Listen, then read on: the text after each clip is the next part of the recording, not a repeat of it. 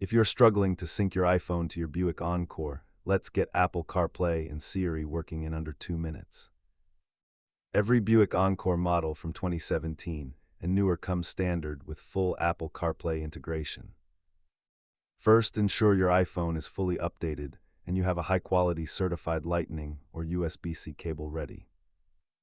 CarPlay relies heavily on Siri, so check these 3 settings on your iPhone before plugging into the infotainment port. Plug your phone into the main data port and watch for the CarPlay icon to appear on your IntelliLink screen. If it fails to connect, 9 times out of 10, it is just a faulty charging cable or lint inside your phone port. Third-party charging cables often lack the data transfer speed required for CarPlay, so stick with the original Apple hardware.